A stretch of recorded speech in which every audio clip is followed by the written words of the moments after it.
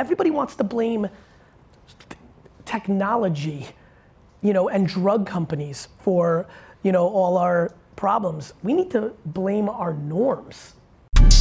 Gary Vee. You do talk a lot on your social channels about hating your job. And while obviously everyone here loves that, I mean, we all go through points, whether you're on a non-traditional career path, like some of the influencers that you work with or the entrepreneurs, or even a more traditional path like the ones here. What advice, what could we learn for those of us on a more traditional path from the non-traditional folks that you work with? You know, it's funny. It's really hard to ask a giraffe to be a penguin or vice versa.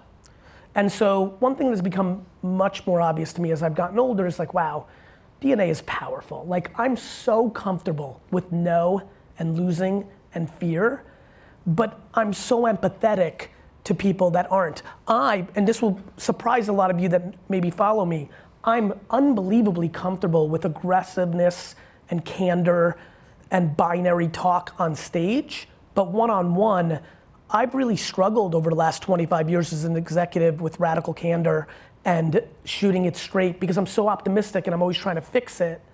And so that's taken me a lot of work.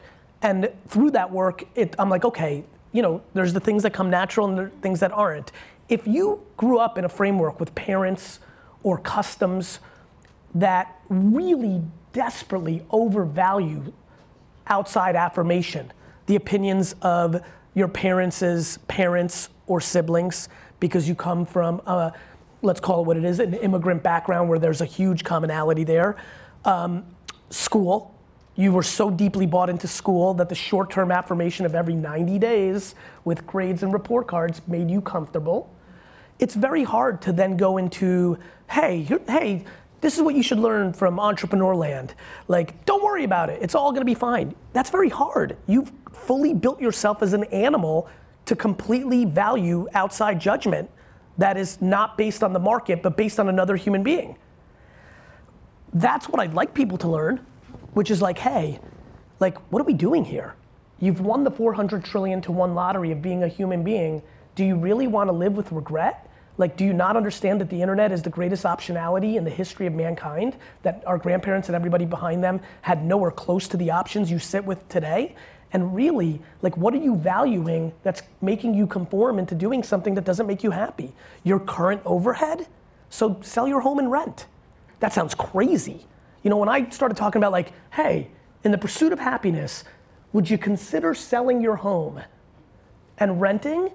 I mean, I got destroyed in the comments sections and a lot of the play, like that I'm some horrible person. I'm like, how is living your life to pay the bills that you've created for yourself? That's all that humans do are create their own jails and then live within it. That's all we do. So knowing that that's very hard in a human way, the situation you have with your parents, all that stuff, the professional one feels like I have a prayer of communicating that and letting people, and here's my point. If you want to be a professional skier, or if you want to start a blog or podcast around cooking, my big thing is, if you jump and start swimming, you know, this is riding a bike, kissing a boy or girl, or you know, swimming. It seems super scary until you do it, and then you just laugh about why it felt so scary. Like, if you go do that thing and live more humble, live with judgment, you could always get a job again. Like, I don't know, like my great fear is regret. Because it is the obvious thing I see in people that are 80 to 100 years old that seems super scary. Nobody was thrilled that they played it safe. You don't see it. And I think people should spend more time with 80 to 100-year-olds that aren't their grandparents. I mean it. I think people need context on life a little bit. I think people have a horrible relationship with time. Do you know how many people in this room are scared shitless of 30? Like it's some thing, like it means nothing. But our society has decided to tell you that you have to figure it out and married and children and what are you talking about? 98% of the 59-year-olds I know don't have it figured out.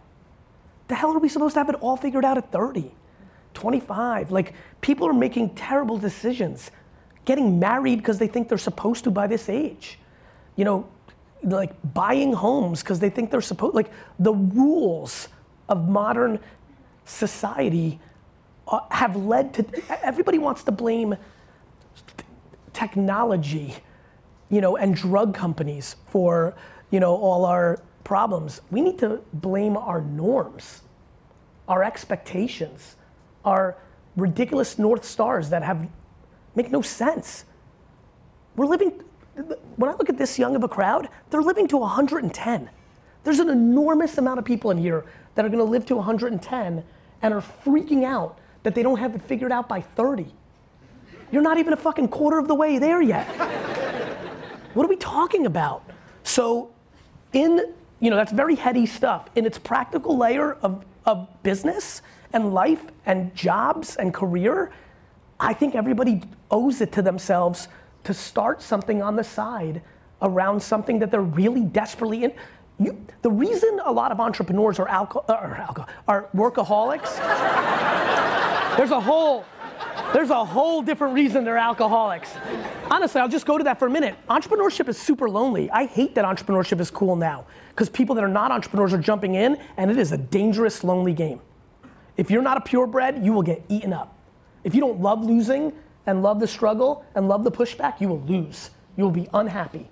But the reason that a lot of entrepreneurs are workaholics is because they love it. They got lucky. They literally love, I remember not loving it. I mean, being in school, looking at the clock from first period on, those days, one day in high school feels longer than the last decade of my life. I mean that. And I know there's an enormous amount of people here at this right exact moment that are already counting down Friday. And that's not good. And that's not good for Chase, and that's not good for them. And so we need a better debate. And it starts with what we spend our money on. A lot of people are like, Gary, but how am I supposed to live in New York City? I'm like, don't. Don't. We have to get more binary around happiness. I really believe that.